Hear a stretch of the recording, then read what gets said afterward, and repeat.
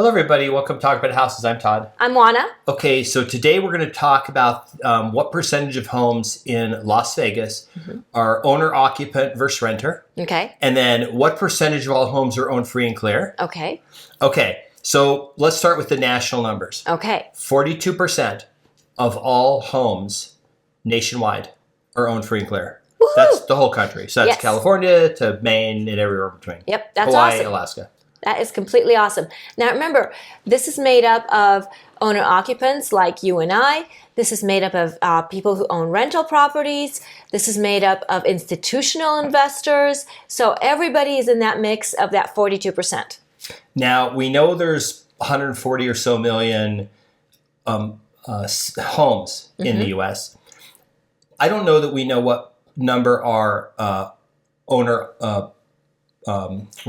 rentals, but I think it's a quarter. I think it's about a quarter. Okay. Okay, it's roughly a quarter because I remember seeing a 35 million number somewhere.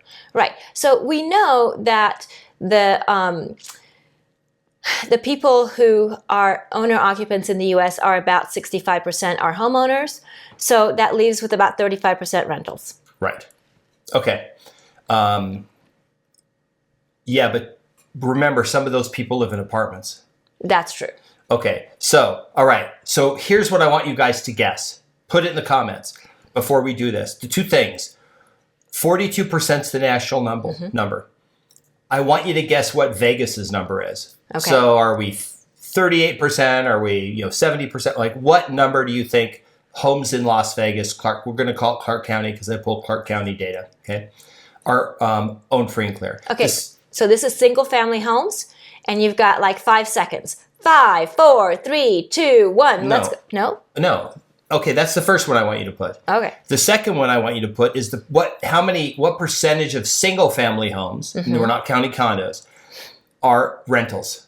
Okay. Okay. So what percentage are rentals? Is it more than the national average? Is it less? And what do you think most people think it is? As far as? Las Vegas. Do you think they would think more people here own their homes, that it's more transient, people just come and get a mortgage and leave? Like, what do you think the general consensus of most people would be if they were to guess? Okay, so I would think that people outside of Las Vegas think that everybody's a tenant here because Las Vegas is highly transient. Okay. I think if you've lived here for some time, then you realize that most of us are homeowners. Okay, and that is true. Okay, so we're going to put up the numbers. Here they are. Hopefully you've all had a chance to guess. Okay, the top number there, 569, 468, that's the total number of single-family homes. Does not include condos. Right. Does not include apartments, doesn't include fourplexes, doesn't include any of that. Doesn't include people sleeping on a couch. Okay. The number of owner-occupied of that 569 is 413, and non-owner-occupied renters 155. It's exactly 0.33%. It's exactly a third. Cool. Okay. Now, the number of single-family residents with mortgages is 297. Now, remember, there's 569. That means that's 52% have mortgages. 48% are free and clear. Now, here's the thing, Juana. Once we throw in condos, it's going to go over 50% because if 48% of all single-family homes, which are generally more expensive, are free and clear, those condos that we've been selling, that people, it's literally all cash offers. Those are definitely well over. Absolutely. So condos are going to be have a much higher free and clear ratio because number one, they have a higher investor ownership. Number two, there are communities in which financing is not available. So they're going to have to be cash. And number three, they're a lower price point. So that makes it more likely that they get paid off. Okay, how does this, now let's talk about the stability of the market. We know for sure that 2003, 4, 5 time frame, this number was like 17%. The number of homes in Vegas owned free and clear were 17%. It is 48% is like, it hasn't tripled, but it's pretty close. It's pretty darn close to 51 would be triple. So if you count condos, it probably is triple. a lot of people talk about what a lot of people did 2009 through 2012. They bought homes and they bought them cash.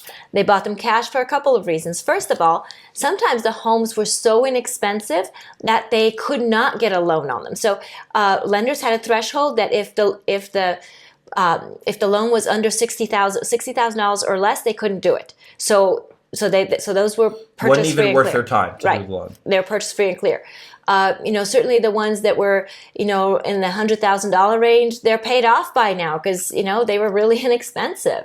Yeah. So that's part of it. The other part is you had a lot of people who did strategic defaults on their homes.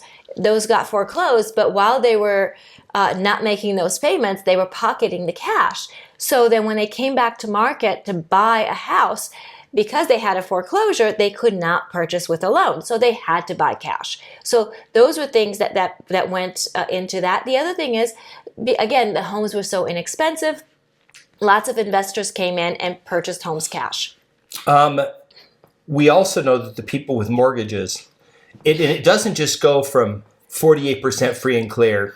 Everybody's got the full mortgage to the house. Right. There are some people in there who are making their last payment today. Right. And they'll drop in, right? And then there's people in between. But we do know this. We know that 80%, a little over 80% of the people with mortgages pay 4% or less. Mm-hmm. And that is why we aren't seeing foreclosure numbers. Mm-hmm. Now, because people have been saying, oh, but Todd, the foreclosures are coming. No, there aren't any. The reason there aren't any, first of all, when COVID happened, the Federal Reserve tanked interest rates short term, and then the 10-year dropped, and mortgage 30-year rates went down. Everyone refied. Mm-hmm. That's why there's no foreclosures. Everybody's payment is so low, you almost have to, be completely not even paying attention to making your mortgage payment to have your house foreclosed. Right. So the reason why I pulled this data is because we've had people come in the comments and they share their data, which is their opinion. And sometimes it doesn't make sense. And a lot of people don't understand how many homes are owned free and clear. And then the other thing, too, I want to point out is we had somebody said, oh, but Todd, those houses, those $300,000, $400,000, $500,000 houses, those all have mortgages because it's only the stuff below them that are paid off. And that's absolutely not true. Mm-hmm. Remember those $300,000, $400,000, $500,000 houses were the $80,000 to $135,000 houses in 2009. Mm-hmm. I know for a fact that there were a ton of people paid cash for those and that they've owned them free and clear for a ton of time. We were flipping those houses like crazy for years. Right. And then remember, a lot of the luxury homes, and those are generally homes over $1 million, those are purchased cash. So you've got the people kind of on the both bookends, right? You've got the inexpensive homes, those are free and clear. You've got the expensive homes, those are free and clear. And it's everybody else in the middle that is more likely to have a mortgage. Right. So what do you think? What's going on in your neighborhood? What's going on wherever you are? What are the numbers over there? What you can ask your title company to give you some information. You can share that with us. We love hearing what's going on in other markets. Please leave us a comment. We love comments. Please be nice to one another in the comments. Like the video. We like it when you like us. Mm-hmm. And we appreciate it when you subscribe. That way you get the next awesome video that we're going to make. I know. Or you could go back and watch our over 1,030 plus videos that we've made in the past. Yeah. Start at the most recent one and work backwards. Right. That's probably the easiest thing. You can look up what happens when you make your last mortgage payment. That's a really good video. If you start at the most recent video and then work backwards, by the time you get to our first few videos, we are super young. Yes. Because we started making these in before 2010. Yes. So subscribe, hit the notification bell, like the video, share the video, and we'll see you on the next video. Bye. Bye.